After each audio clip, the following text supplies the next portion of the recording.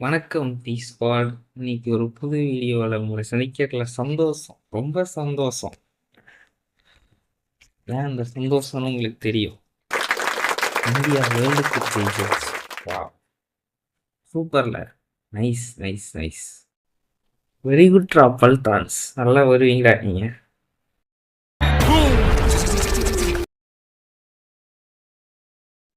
Okay, India ஜெயிச்சிருச்சு. ஆனால் video 3 நாள் கழிச்சு வருது. இதுக்கு என்ன காரணம் அப்படின்னா, இது வந்து இந்தியா ஜெயிச்சது அப்படிங்கிறதுக்காக போடுற வீடியோ கிடையாது. Not at all. இது வந்து அதையும் தாண்டி சில விஷயம்லாம் இருக்கு. இப்போ ஃபஸ்ட்டு விஷயம் என்ன அப்படின்னா, IPL is over rated than world cup அப்படிங்கிறத தான் நான் அந்த இதில் ஃபீல் பண்ணேன். அதாவது ஐபிஎலுக்கு எவ்வளோ இம்பார்ட்டன்ஸ் கொடுத்தாங்களோ அந்த இம்பார்ட்டன்ஸ் வேர்ல்டு கப்புக்கு கொடுக்கவே இல்லை யாருமே. ஏன்னா இதுதான் முக்கியம். நீ என்ன இது ஆளை விட்டுட்டு சீட்டை குத்தி விட்டு நீ இங்கே வந்து பேசிக்கிட்டு இருக்க உசுப்பால. ஆனால் இது வந்து இந்த இயர்லி 2K90s மட்டும் தான் ரொம்ப கொண்டாடின மாதிரி எனக்கு தெரிஞ்சுது. இப்போ உள்ள கரண்ட் ஜென்ரேஷனுக்கு வந்து ஐபிஎல் தான் பெருசாக தெரியுது, வேர்ல்டு கப் பெருசாக தெரிய மாட்டேங்குது. அது ஏன்னு எனக்கு புரியலை. அதை வந்து ஓவர் ரேட்டட் பண்ணி வச்சுருக்காங்க ரொம்ப. ஆமாம் ஆமாம், அதான் உண்மை. அதனால் என்ன ஆச்சு அப்படின்னா, they don't feel the reality of the victory. அதாவது நானும் வந்து ஒரு மும்பை இந்தியன்ஸ் ஃபேன் தான், ஒரு பல்டான். சக்கரம் தெரியுதா? தெரியணுமே. ஜெயிச்சுட்டோண்டா. பட் ஆனால் இந்த தடவை வந்து ரொம்ப ஃபீல் பண்ணேன். ஏன் அப்படின்னா, ஐபிஎல் வந்து வேர்ல்டு கப்பை வந்து ஓவர் ஷேடோ பண்ணிடுச்சு. அதை தான் அப்படியே மறைச்சிட்டாங்க. இனிமேல் அடுத்து வந்து ஐபிஎலுக்கு வந்து எவ்வளோ சப்போர்ட் பண்ணுவாங்கன்னு தெரில. ஆனால் வேர்ல்டு கப்பை வந்து நட்டாத்தில் விட்டுட்டாங்க. நீங்கள் ஏதாவது பண்ணிட்டு போங்கடா, நாங்கள் பார்க்க மாட்டோம் அப்படின்ட்டு. So it's makes me chat.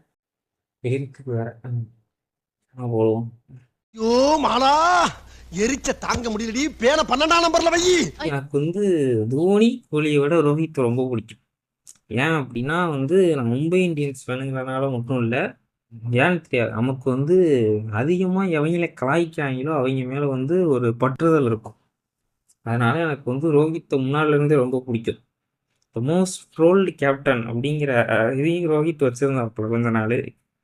இப்போ வந்து அதை வந்து எச்சு தொட்டு அழைச்சிட்டோம், அவ்வளோதான், முடிஞ்சு போச்சு. இது எனக்கு இன்னொன்று என்ன அப்படின்னா, 2 பேரும் இப்போ வந்து பயோபிக் எடுத்தாலும் 2 பேர்த்துக்கும் ஒரு குட் எண்டிங் இருக்குது நமக்கு. நம்ம கோலி வந்து இது ஜெயிக்கலைன்னா கூட பரவாயில்ல, ஆர்சிபி வந்து அவங்க பாவம், அவங்க என்ன ரகனே தெரியல. அவன் சிஎஸ்கே அடித்து செமிஃபைனல் வந்து தோற்று போயிட்டாங்க. அது ஒரு இது. ஆனால் இந்த இதில் வந்து அவங்களுக்கு ஒரு நல்ல எண்டிங் கிடைக்கும். டேரக்டர்ஸ், நான் உங்களுக்கு ஒரு பாயிண்ட் ஆஃப் வியூ தரேன், நல்லா நோட் பண்ணிக்கோங்க. இங்கே பாரு, நீ வந்து டபுள் ஸ்டார்டட் ஃபிலிமே எடுக்கலாம். நீ சிங்கிள் பேர் பயோபிக் இல்லை, நீ விராட் கோலியோட பயோபிக்கையும் ரோஹித் சர்மாவோட பயோபிக்கையும் ஒரே இதில் படமாக எடுத்துடலாம். அழகா ஃபர்ஸ்ட் ஹாஃபில் நம்மளால் ஆர்சிபியில் தோத்தாலும் ரோஹித் சர்மா 2 கப்பில் அடி வாங்கினாலும் கடைசியில் வந்து ஜெயிச்சிருவாங்க அப்படின்றதோட படத்தை முடிச்சிடலாம் சந்தோஷமாக. அதுக்கு அடுத்தது சொந்த டீம் கரண்ட்டையும் மன்னிப்பு கேட்க வேண்டிய தருணம். ஏன்னா அந்த ஆளை போட்டு அந்த அடி அடிச்சிருக்கேன் நானே, பாவம். தட்ஸ் ஹர்திக் பாண்டியா. ஆனால் இன்ன வரைக்கும் இருக்கு அவன் மேலே ஒரு கோவம். அவன் தான் கொடுத்தானா நீ வாங்கிடுவியா அப்படிங்கிறது தான் அது. இட்ஸ் ஓகே, வாங்கிட்டாப்புல. ஊற்றிக்கிச்சு மும்பை 10வது இடத்துல. நல்லா போட்டாப்புல. அவன் இல்லை அப்படின்னா மொத்தமாக முடிஞ்சு போயிருக்கும். ஏன்னா மொத்தமாக ஒரு மும்பை பிளேயர்ஸ் காப்பாற்றினாங்க அப்படின்னு சீரியஸாக சொல்லிக்கலாம். கேட்சு பிடிச்சது யாரு? ஸ்கை. பவுலிங் யார் போட்டா? பும்ரா. பட் பேட்டிங்க்கு நான் வரமாட்டேன், ஓகேவா? நம்மளால வந்து ஃபைனலில் வந்து கொஞ்சம் சொதப்பிட்டாப்புல. எனிவேஸ், விராட் கோலி உனக்கு இருக்கலாம் உனக்கு ஆட்டிடியூட்லாம் கரெக்டு தான். உனக்கு இருக்கிறதுக்கு வந்து இவ்வளோ கோவத்துக்கு நீ அடிக்கிற அடிக்கு உனக்கு இருக்கலாம். அதுக்கப்புறம் கடைசியில் வந்து பவுலிங் போட்டு ஹர்திக் பாண்டியா காப்பாற்றி கொடுத்தாப்புல. Anyways, sorry. என்ன இருந்தாலும் நம்ம ஒன் ஃபேமிலி அடிச்சுக்க கூடாது.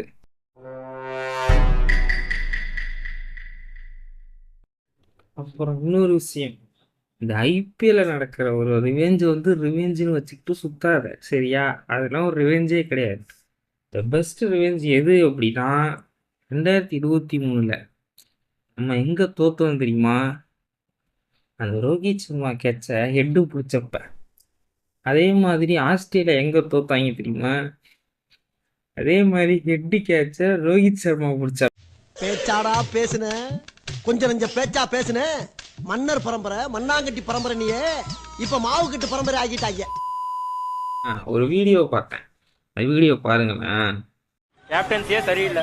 தோனி தான், அதான் தோனி அடிச்சாதான் கப்பு, வேற யாரும் இல்ல. பிசிசிஐ பண்ண முட்டாள்தனமான ஒரு வேலை கோலியை கேப்டன்சில இருந்து தூக்கி ரோஹித் கொடுத்தது. அப்புறம் கப்பு வாங்குறதா ரோஹித் சர்மா தலையில வாங்க கூடாது. வேற யாரும் சேஸ் ஐயரே கேட்ற வாங்கணும். இந்த திருப்பி கேப்டன்ஷிப் என்ன பண்றாங்க? பார்த்துட்டியா? Now say the name.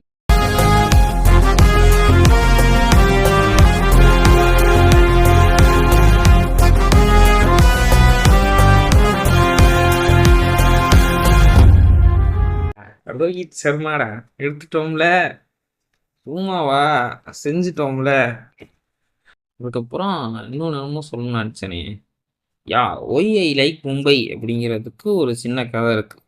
எல்லா கதையுமே என் தம்பியை சுற்றி தான் இருக்கும் என் வாழ்க்கையில். Every brothers will understand this concept.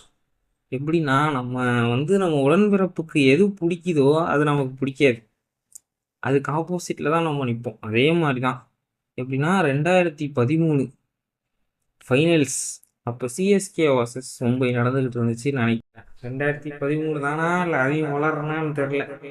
எங்கள் ஃபேமிலியில் வந்து ஒரு என் பெரியம்மா பசங்க 2 பேர், என் தம்பி 3 பேருமே சேர்த்து சிஎஸ்கே ஃபேன்ஸ் தான். அப்போ அவனுக்கும் எனக்கும் இது ஒரு சண்டை. அப்படிங்கிறப்ப நான் என்ன பண்ணிட்டேன், சரிடா நான் மும்பை சப்போர்ட்ரா, அன்றைக்கி உங்களை அடிச்சிருவாங்க பாடுறான்னா அடிச்சு விட்டாங்க, ஜெயிச்சிட்டோம். சும்மா கொடுக்க முடியுமா அந்த டீமை?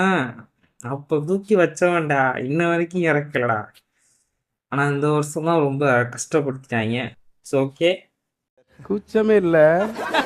பரவாயில்ல. இந்த வேர்ல்டு கப் வந்து என்ன இருக்குது அப்படின்னா, இன்னொரு சில பசங்களுக்கு வந்து இப்போ உள்ள ஜென்ரேஷனுக்கு வந்து வேர்ல்டு கப்னா என்ன அப்படின்னு ஃபைனல்ஸில் தான் புரிய வச்சுருக்கோன்னு நினைக்கிறேன். ஏன்னா நான் வந்து வேர்ல்டு கப் வந்து பெருசாக பார்த்தது வந்து 2011 தான். 2007 வந்து T20 வேர்ல்டு கப் நடந்தப்போ எனக்கு 6 வயசு. அப்படின்னா 2011 10 வயசு. அப்போயும் எங்களுக்கு பெருசாக தெரியாது. இது எப்போ எங்களுக்கு வந்து வேர்ல்டு கப் பெருசாக தெரிஞ்சுது அப்படின்னா, அதுக்கும் எங்கள் அப்பா காரணம். அதாவது எங்கள் வீடு எப்படிப்பட்ட ஒரு ஷெட்யூலை கொண்டது அப்படின்னா, எப்படியும் 9 மணிக்கு மேலே எங்கள் வீட்டில் டிவி ஓடாது சின்ன வயசில். ஓகேவா? 10 மணிக்கெலாம் லைட் ஆஃப் பண்ணிட்டு கம்முன்னு படுத்துருவோம். அப்படி இருக்கிற எங்கள் அப்பா ஒரு நாள் 11:30 வரைக்கும் டிவி ஓடுது. பார்த்தா ஒரு 2 டீம் வந்து விளையாடுது, கிரிக்கெட்டு விளையாடுது, அது மட்டும் தான் தெரியுது. நம்பர்ஸு எனக்கு ரெண்டெல்லாம் பார்க்க தெரியாது.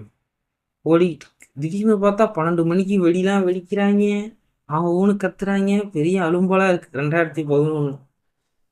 அதுக்கப்புறம் தான் கொஞ்சம் கொஞ்சமாக இது பண்ணிட்டு வந்து எம்எஸ் தோனி படத்தில் தான் வந்து ரியலாக அந்த விக்டரியை ஃபீல் பண்ணேன். சார் என்ன மேட்ச்ரா, வேற லெவல்ரா அப்படின்ட்டு. Finishes off in style.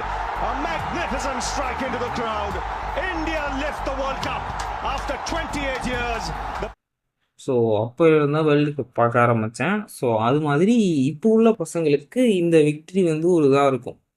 ஐபிஎலுக்கு world cup எவ்வளோ பெரிய விஷயம் அப்படின்னு தெரியும். சீரியஸாக சொல்கிறேன், ஐபிஎல்லை வந்து கேமாலாம் பார்க்காத, அதை ஒரு படமாக பாரு சரியா? பார்ட்டாக எடுத்துக்கிட்டு இருக்காங்க. ஆல்ரெடி பல பார்ட் எடுத்துட்டாங்க. திரும்பி இந்த வருஷமும் ஒரு பார்ட்டு வரும். ஓகேவா? அதை படமாக பாரு, மேட்சாக பார்க்காத, கஷ்டப்படுவா அப்புறம். குழந்தைங்க மாதிரி இருக்காதீங்களா? டேய் உனக்கும் தான்டா சேர்த்து சொல்கிறேன், உனக்கும் தான் சேர்த்து சொல்கிறேன். பல்டான் கீட்டான் இனிமேல் அந்த சைடு போனால் பிச்சு போடுவேன்.